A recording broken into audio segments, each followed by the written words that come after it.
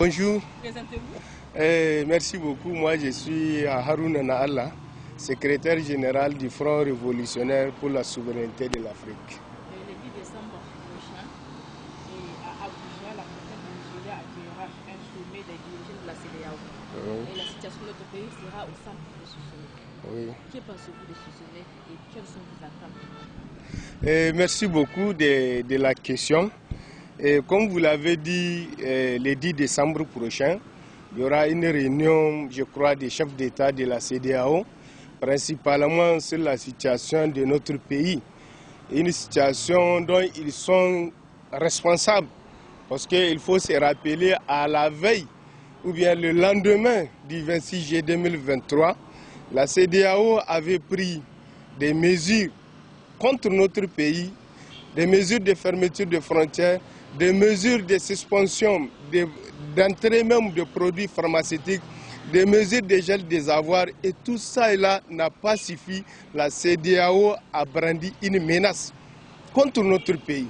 Si aujourd'hui on nous dit qu'il y a une réunion qui concerne cette institution qui n'avait pas la mission de menacer un pays en cas de situation qui est, il pense autre chose, mais qui doit avoir l'esprit de respect des textes qui régissent la CEDEAO et l'esprit d'intégration des pays africains.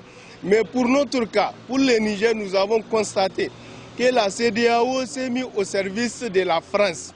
Elle a reçu des injonctions de la France en dehors de toute attente des peuples africains et en violation de ses propres textes. On a appliqué à notre pays des sanctions qui ne figurent dans aucun texte de la CEDEAO ni de l'UEMOA. Donc si aujourd'hui ils vont se réunir, on va espérer d'abord nous en tant que citoyens qui n'ont pas eu peur de leurs sanctions et de leurs menaces, qu'ils vont peut-être se raviser et comprendre que ça ne sert à rien d'être au service de la France. C'est de revenir en tant qu'Africains, de comprendre la situation de notre pays, parce qu'il s'agit de notre indépendance et de notre souveraineté. Si aujourd'hui il y a des institutions qui méprisent cette démarche du Niger, on doit se poser des questions pour qui roule ces institutions, c'est-à-dire la CEDEAO et les autres l'UEMOA et plus l'Union africaine.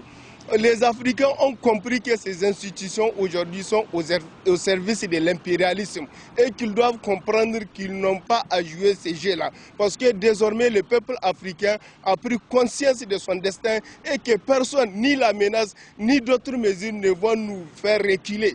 Le Niger va avancer et nous avançons. Et nous leur lançons un message que soit ils entendent le message du peuple nigérien, lever très rapidement ces sanctions illégales, illégitimes et inhumaines, soit eux aussi ils vont suivre le même sort parce qu'il n'y a pas d'autre mesure que l'affirmation de l'indépendance et la souveraineté des pays africains. Et le pays qui leur tire les ficelles, c'est-à-dire la France, doit comprendre que c'est fini. La colonisation est terminée, l'esclavage est terminé. Nous sommes peuple souverain et nous avons décidé de nous assumer, quel que soit par ailleurs le prix à payer. La France doit comprendre